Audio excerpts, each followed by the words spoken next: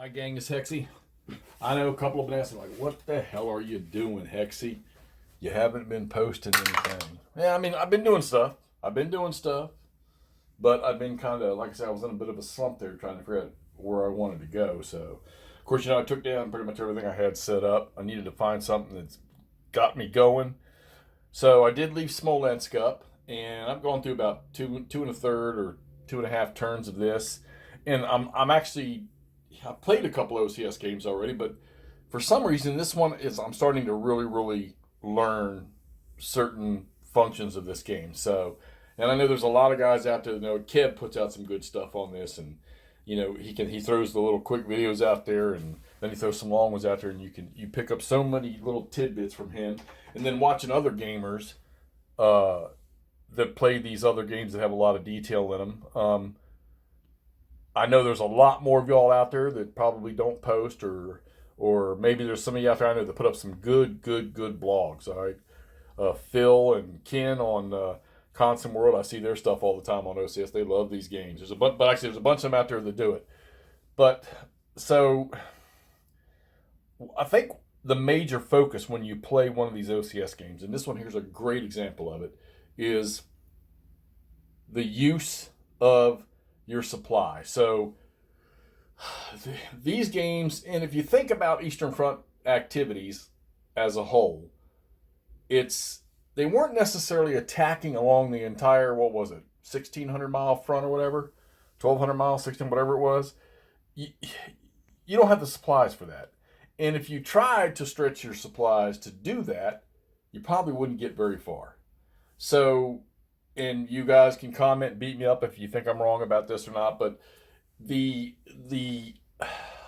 operational tendency of the German army on the Eastern Front, especially in the initial couple years, was to punch a hole, exploit the hole, encircle the elements above the hole, below the hole, wherever your little gaps were you pushed in it, to encircle them, uh, weaken them by attrition, cut off their lines of supply, and just literally force them into surrender without having to expend too much supply yourselves, without having to waste ammo, without having to burn tons of fuel all up and down the line.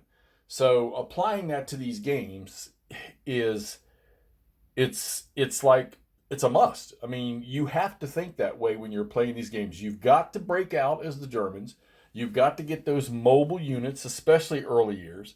You've got to get those mobile units in behind lines and cutting off the paths of supply for those units, and then allow your non-motorized, your non-mechanized units to move up and clear out the pockets. Smolensk, this game, a one map. This is large for a one map game because there's a lot of moving parts on this game, a lot of units. So the basic start is the line is from Vitebsk through Orsha, through Mogilev, and then Smolensk is sitting back here. Now, if you look at this map, you'll notice something. There's quite a few rail lines here, but there's really only one major one going straight east. And of course, we all know where that ends up, over in Moscow. So the Germans need this supply line, or they need this rail line to create a supply line.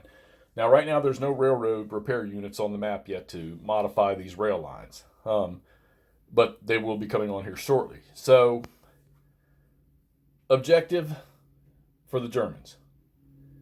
If they clear this, I mean, now I'm not thinking about what the victory conditions are, I'm thinking about what the objectives are. If the Germans clear to Smolensk and they convert all this rail line, all right, it'll give them that line of supply back to their bases, okay?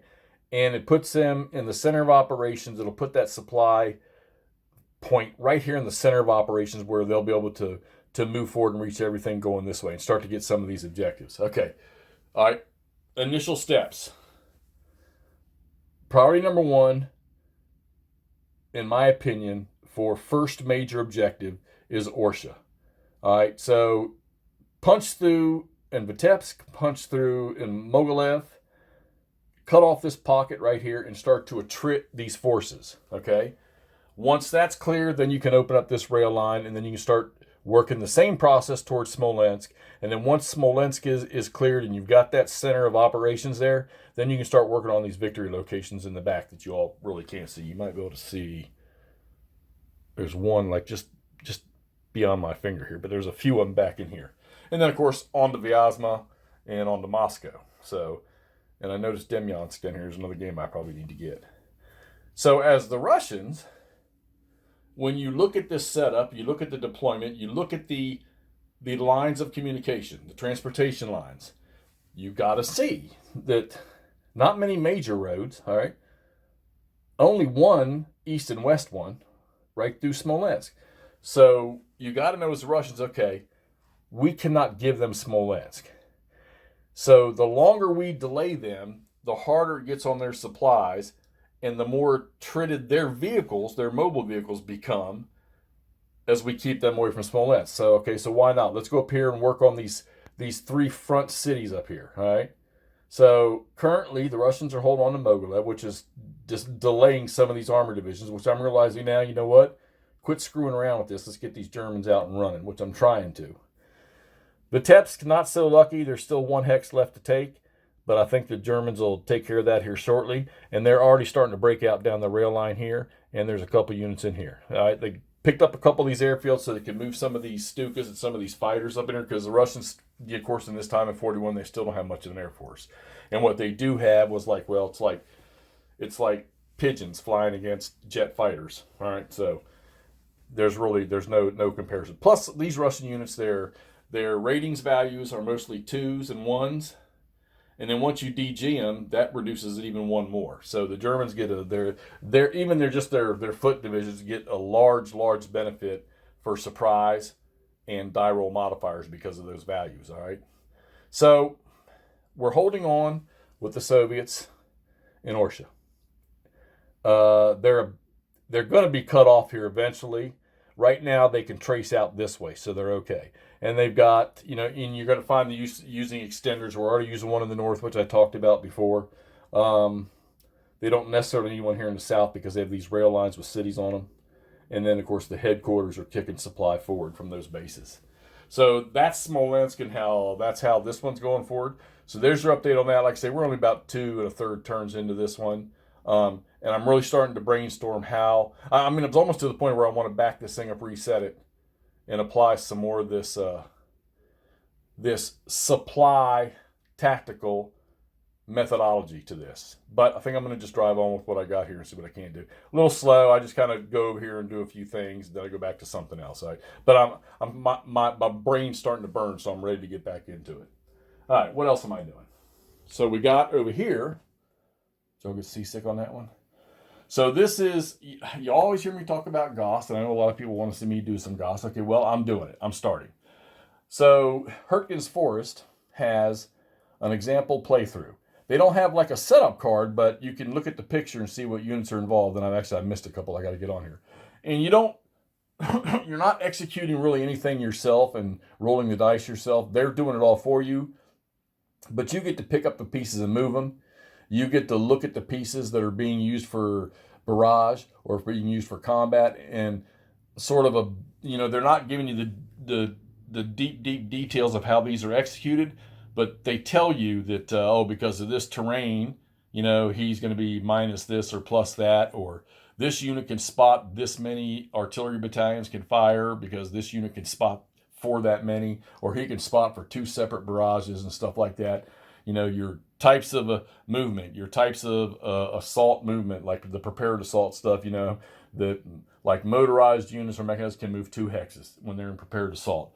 And, you want to prepared assaults where you're going to get your strongest focused combat when you get into combat. So I'm doing that. So yes, this is Gauss. I am doing it. Got a few things that some people have talked to me about that, we may want to try here, like maybe a 4-player Atlantic Wall in the future. I know Wardrobe and I are talking about doing learning together to play Hurtgen's Forest and see how that goes. I know I think we both have all of the games. I think he just got Atlantic Wall on its way in.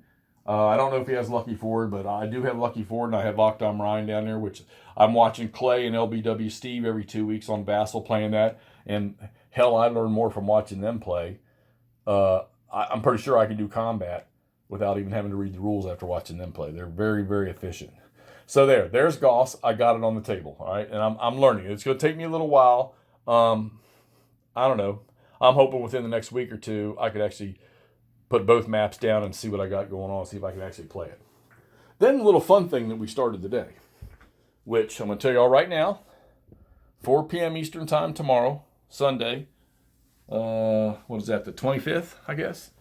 We're going to be streaming, 3 of us. We started today. We sort of played the first turn and a half just amongst each other in a little private video. And there's 3 of us playing the same scenario. It's what's it called? The Witch's Cauldron, I think, or the Devil's Cauldron? I can't remember. Because I know there's a game, I think it's called the Devil's Cauldron.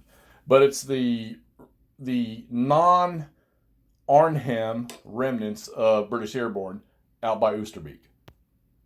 And I know that all of you watched The Bridge Too Far. All the British paratroops that were surrounded around, was it not the Hotel Hartenstein, or maybe it was the Hotel Hartenstein. Yeah, where they were all surrounded and the Germans just sort of come at them from all sides. Well, that's what this is representing. They got their back to the river. Their only potential supply line is across this ferry, and units can actually escape across that ferry. Problem is, the victory conditions for this game are the Germans will win if they clear out the north side of the river. All right. Now, like I say, we've already played a turn and a half, and you can see right here, pretty much one stack almost of units has already been eliminated. I've suffered with airstrikes some damage to some German units due to airstrikes or maybe an artillery barrage. But this pocket was about another hex bigger on the ends a turn and a half ago when it started. You can only stack 4 units in a hex, and then if they got to retreat, if they retreat into a hex that's overstacked, the hex immediately becomes DG'd. Immediately. Well, in the airborne units, they already start out of supply. Now, the tricky part to this is 30 Corps arrives on the map.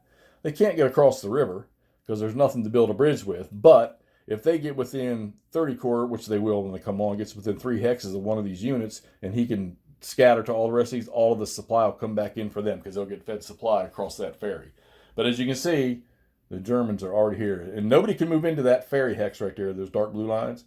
So in reality, there's no zone of control going in there. I have to do some checking on that. But anyhow, you're going to see us tomorrow at 4 p.m. Eastern, 3 p.m. Central. We're going to all 3 be on in a stream. The wardrobe will have up, and he's already got it advertised out there now.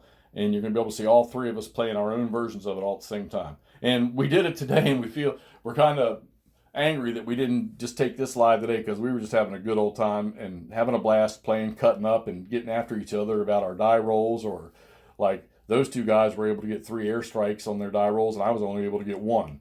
So it's kind of funny to see how that works. A lot of off-board artillery in this one because there's no reason for you to move them onto the map. So this is SCS. It never snows. This is the Operation Market Garden. We're just playing one small scenario that we chose out of the book, and we're going to play it live for everybody to take a look at. So come join us tomorrow afternoon at like I say, 4 p.m. Eastern Time, 3 p.m. Central Time. And if you don't get anything out of it, at least you'll get some laughs and hopefully some multiple views of the same scenario and gameplay all at one time. All right, guys, that's Hexy. That's what I got going on. I got some other stuff I'm working on. I'm almost out of games to punch again. But I'm looking forward to the Goss thing. I want some more OCS on the table, and I want some more Eastern Front. But I got a lot of Civil War stuff burning in the back of my head. My Civil War Brigade series will continue here before long. It's one of those things, maybe you play 1 or 2, then you leave it alone. Let it sort of flush out of your system. And then when it's all flushed out, then you get the urge to do it again. And then I'll put it back on the table. The next one in that series is going to be Bloody Road South, so I'm going to continue that. Like I said, we're going to play through all of them. And then I got a few other things I'm going to get on the table and play. All right, so that's excellent. Let's get this posted. Give me y'all's comments on this. Give me y'all's suggestions, what you like, what you don't like. If you think this is going to be fun, I'm telling you, if you're around tomorrow, come watch us play this. Believe me, you'll at least get a laugh at it because, of course, you know us. We're a riot to listen to. So, all right, we'll talk to y'all shortly. Hope to see you tomorrow. Out of here.